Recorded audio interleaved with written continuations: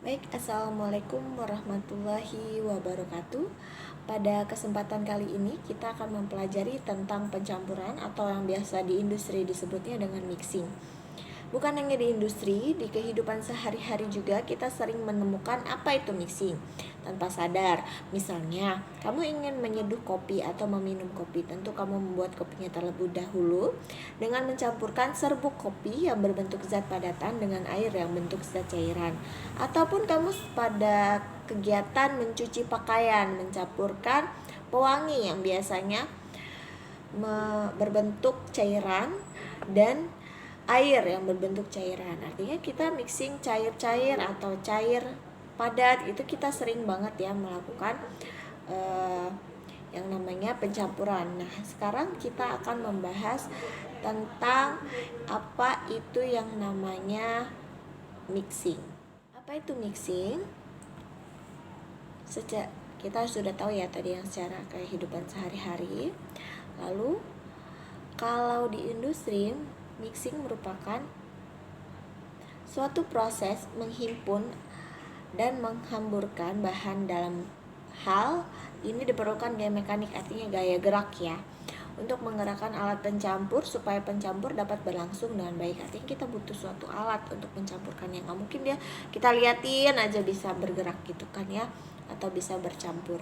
Lalu yang kedua yaitu tujuan dari mixing. Ada 3 tujuan yang mixing, yaitu yang pertama menghasilkan campuran dengan komposisi tertentu dan homogen.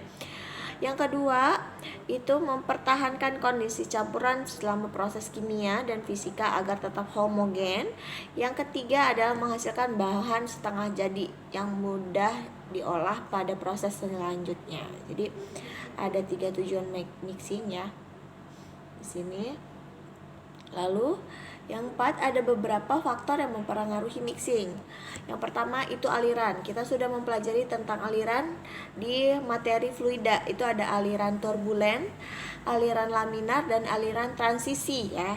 Kalau kalian lupa itu apa aliran transisi, laminar, turbulen, silakan kalian cek lagi di materi fluida. Nah, ketika aliran turbulen, maka proses pencampurannya akan baik ya, jadi dia cepat.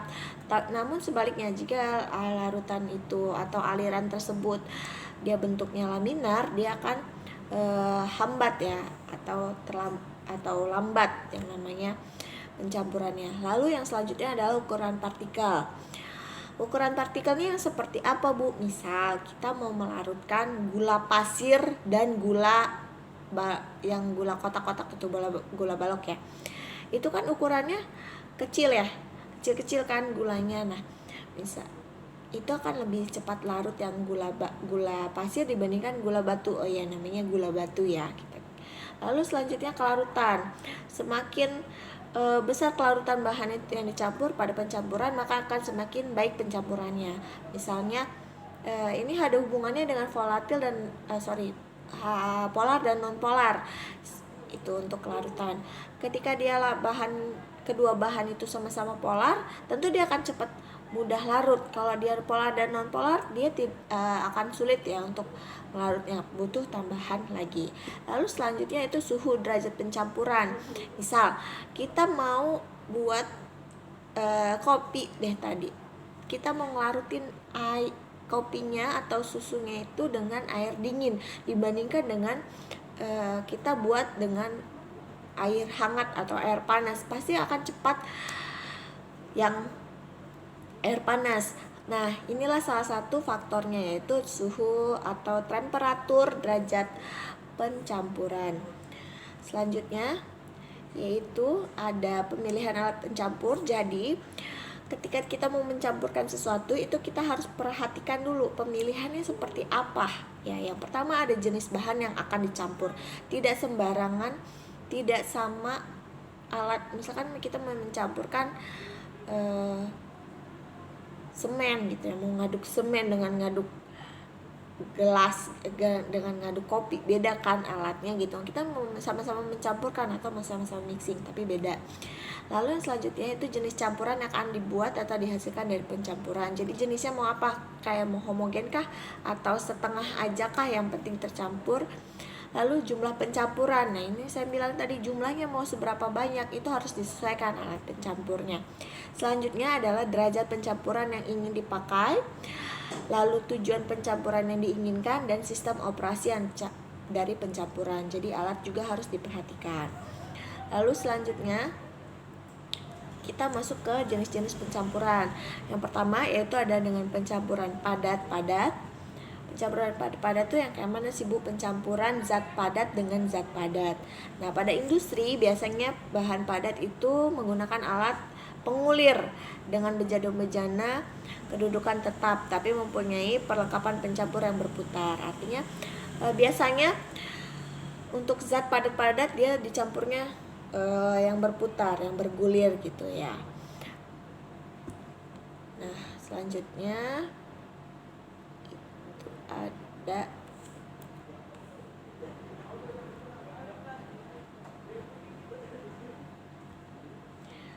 ada faktor yang tidak menguntungkan pada proses pencampuran. Yang pertama, ini yang khusus untuk pencampuran padat-padatnya. Pertama itu ada kelembapan.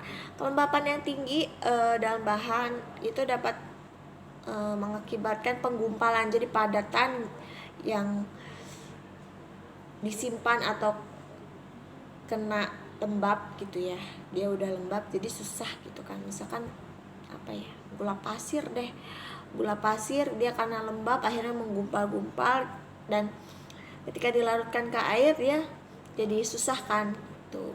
Lalu selanjutnya ada muatan elektrostatik pada bahan juga dapat menyebabkan penggumpalan, misalnya khususnya pada partikel-partikel yang amat kecil. Nah, perbedaan mencolok dalam ukuran butir atau kerapatan bahan mempengaruhi atau mempersulit pencampuran. Yang selanjutnya, yang ketiga yaitu frekuensi putaran bejana. Jadi frekuensi putarannya kayak mana? Jadi ada 3 ya faktornya. Yang pertama kadar kelembapan, yang kedua muatan elektronik, dan yang ketiga adalah frekuensi putaran bejana. Itu untuk khusus yang faktor yang mempengaruhi dalam proses pencampuran padat-padat, dan ini faktor penting ya. Jadi ketika sebelum kita melakukan pencampuran kita disiapkan dulu nih faktor-faktornya seperti apa. Baik, selanjutnya itu ada alatnya. Nah, ini ada alat-alat pencampuran zat padat dengan zat padat. Yang pertama adalah pencampur termol. Seperti kalian lihat ya, dia kayak drum yang tidur gitu ya, atau vertikal. Nah, ini silindris. Nah, biasanya dia berputar pada waktu tertentu. Biasanya besar gitu kan ya. Jadi yang di ujungnya bentuk kerucut, dan seringkali dia bukan hanya drum tapi bentuknya kerucut pada penyangga saluran. Jadi ujungnya tuh kayak agak kerucut gitu. Lalu selanjutnya itu ada pencampur pusar. Nah, pencampur pusar ini kalau tadi kan dia hanya berputar begini. Nah, ini kayak digoyangin gini. Set. Tetap kanan kirinya gini, naik turun full. Gitu. Pencampur pusar ada seperti itu. Kita coba lihat di jadi dia kayak ini, misalkan bejananya dia kayak gini, set.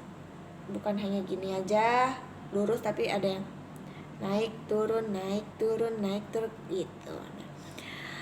Nah, prinsip kerjanya bahan diangkat kemudian dijatuhkan ke bawah, dijatuhkan ke bawah gitu ya.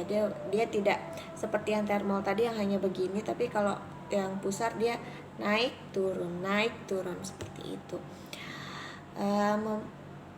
Akan lebih baik dibanding termol karena derajat pencampurannya akan tinggi, tapi prosesnya tidak efektif karena bahan yang dicampurkan jumlahnya sedikit kalau untuk yang pencampur pusar. Lalu selanjutnya ada pencampur kerucut. Ini sebenarnya sama aja kayak yang pencampur pusar tadi, cuma bedanya dia bentuknya saja. Nah, prinsipnya sama kayak yang pencampur pusar ini. Berupa bejana dengan sebelah atau 12 sisi berbentuk kerucut, berputar mengelilingi sumbu yang melintang. Jadi dia berputarnya kayak gini. Jadi naik turun ya kalau untuk pemutar yang kerucut. Lalu selanjutnya Itu ada pencampuran V, ini juga sama, dia berputar juga, cuman bedanya dia bentuknya V, mengelilingi sumbu melintang. Nah, ini jarang digunakan ya dalam industri karena kurang efisien untuk pencampuran yang bentuknya V. Lalu selanjutnya ada pencampuran kocok, berupa sebuah bejana yang dipasang pada satu sistem pegangan, jadi kanan kiri bukan drum kayak tadi ya, digoyangkan hingga memberikan gerakan kocokan 3 dimensi. Pencampur ini digunakan cepat dan intensif. Lanjutnya itu ada pencampur pedal, bejana silindris yang mendatar yang di dalamnya terdapat beberapa zat padat dan berputar pada sumbu horizontal, bercampur dengan jumlah yang relatif banyak. Nah, kalau tadi yang sebelumnya itu pada skalanya kecil ya, kalau yang ini lumayan banyak. Selanjutnya itu ada pencampur spiral. Nah, dia bentuknya seperti silindris mendatar dan di dalamnya ada 2 bitas spiral. Yang mana sih Bu? Ada nih, ada ininya nih. Ini kursor saya. Nih ada ininya. Jadi dia ada kayak pengaduknya, kayak ini mixer kue gitu, tapi bentuknya di spiral ya di dalam sini. Dan dia berputar secara bersamaan atau horizontal. Itu selanjutnya itu ada pencampuran spiral palet. Jadi apa bentuknya kerucut, di dalamnya terdapat spiral yang berputar dan menyusuri dinding bejana. Bahan diangkat, kemudian ditaruh lagi ke bawah mengikuti aliran spiral, jadi naik terus ke bawah lagi, naik ke bawah lagi. Nah, biasanya ini kalau yang tadi yang spiral itu dalam ukuran sedikit, kalau yang ini spiral planet itu dia ukurannya lumayan besar. Baik, yang selanjutnya adalah pencampuran zat cair dan zat padat. Nah, ini umumnya pencampuran yang ada di industri kimia itu didominasi oleh pencampuran padatan dan cairan. Nah, pada pencampuran padatan dan cairan itu harus diperhatikan jumlah dan konsentrasi antara kedua zat tersebut atau zat padatnya dan zat cairnya. Karena nanti ketika dia zat padat terlalu banyak jumlahnya, dia akan membentuk pasta atau adonan. Nah, pada saat pencampuran bahan-bahan viskos dibutuhkan. Nah, gaya yang besar untuk memisahkan bahan-bahan. Misalnya viskositas itu apa? Kekentalan ya. Jadi bahan-bahan yang memiliki viskositas tinggi atau yang kental akan sulit untuk bercampur atau untuk mixing atau untuk melarut pada dibandingkan dengan bahan-bahan yang memiliki viskositas rendah atau yang cair. Lalu selanjutnya ini ada alat-alatnya. Ini ada bak ganda ya. Jadi berupa bejana persegi yang mempunyai bagian bawah berbentuk pasang setengah silinder yang berdampingan. Jadi atas bawah nih ya, seperti kalian dilihat sini, atas dan bawah.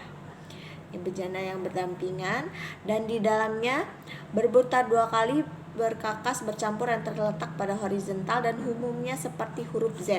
Gini. Bentuknya huruf Z ya. Dan terus menerus dicabik-cabik. Lalu selanjutnya ini ada yang namanya pengguli spiral.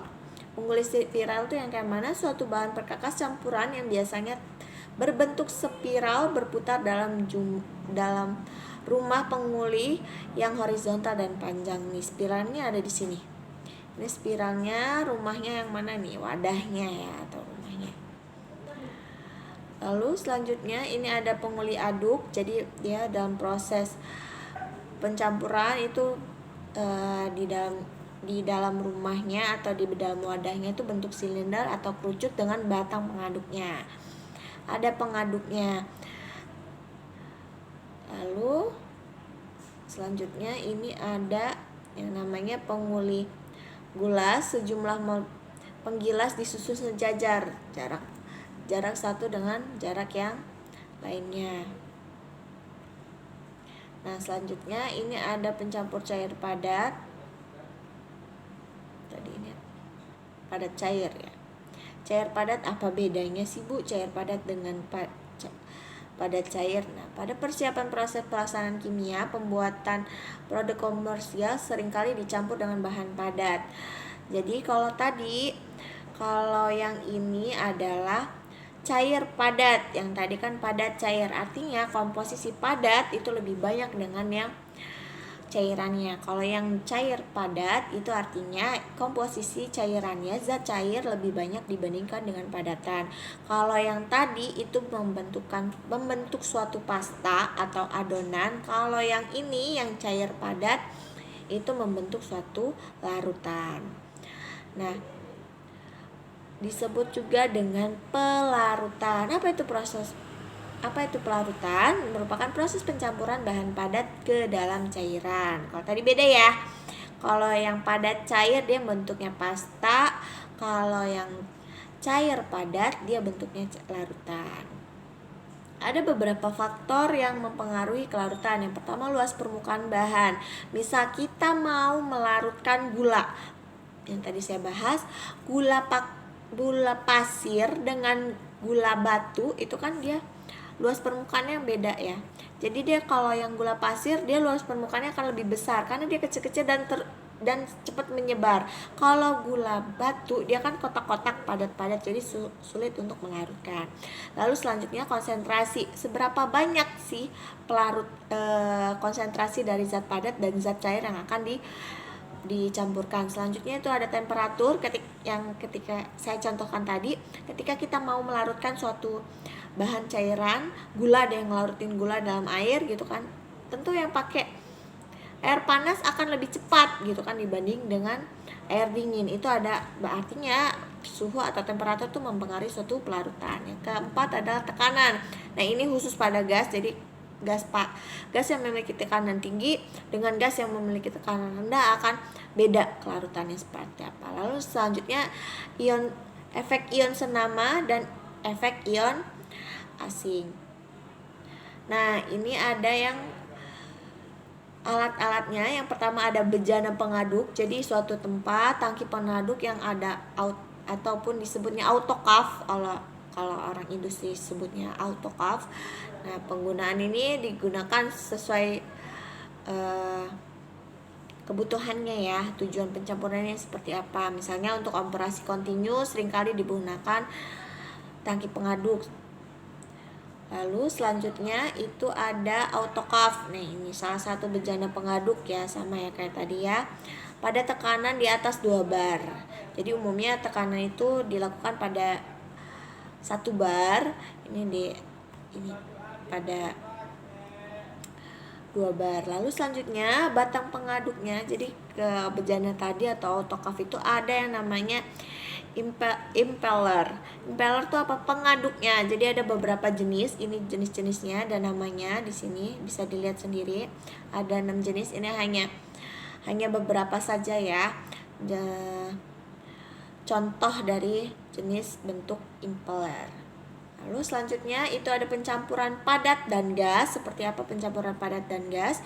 Pencampuran padat gas terjadi pada proses pengeringan. Ya, kita mau ngeringin. Tentu uap airnya akan dicampurkan dengan gas. Penggunaan atau pembakaran pada bahan padat. Kepermukaan kontak bahan padat dengan gas selalu diusahakan seluas mungkin. Untuk maksud ini bahan padat dialiri atau dihembuskan atau dihanyutkan oleh gas. Artinya padatan akan dialiri oleh gas, itu akan dicampur. Jadi di dalam padatan tersebut akan dicampurkan dengan sebuah zat gas. Baik, selanjutnya ada pencampuran cair dan gas. Pencampuran cair dan gas itu yang seperti apa? Kita lihat.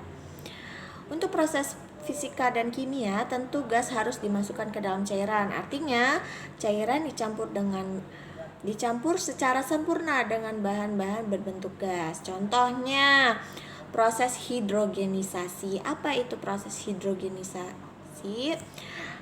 Dilakukan untuk pencampuran cairan dengan gas adalah membuat gerakan turbulen dalam bejana pengaduk dengan alat pengaduk dengan menggunakan pencampur getar.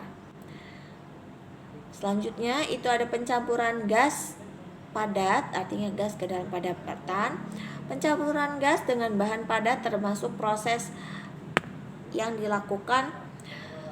Proses tersebut menggunakan misalnya pengangkutan secara puing, secara pneumatik, pada pembakaran serbuk pemadaman api nih kan, pembakaran api atau kita sebut dengan APAR.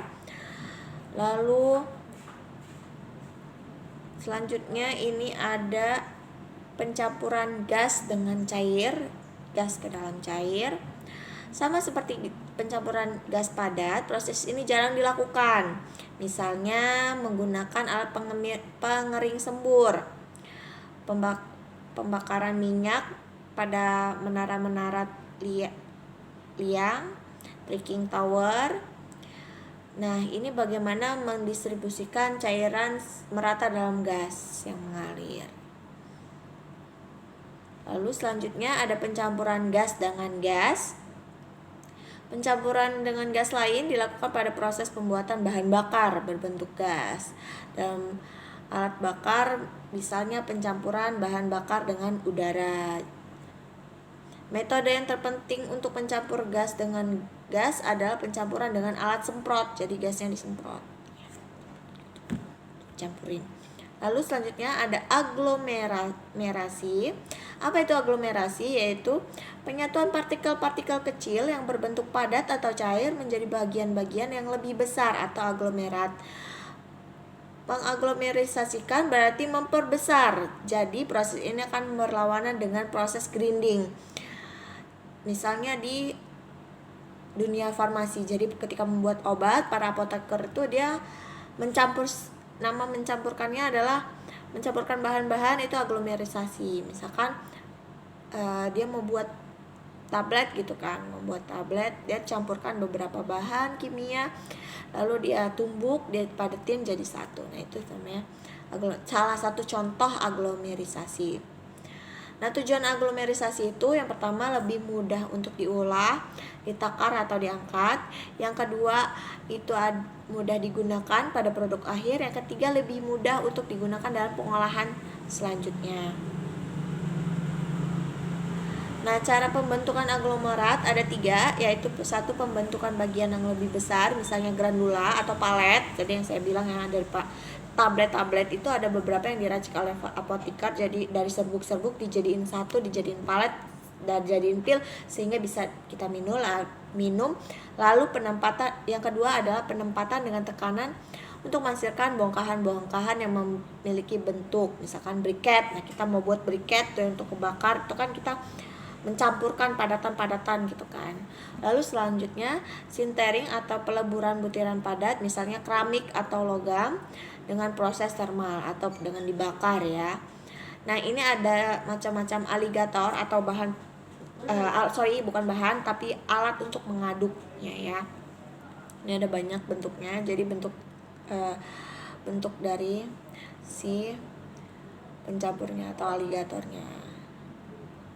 Oke, demikian materi hari ini. Saya cukupkan. Wassalamualaikum warahmatullahi wabarakatuh.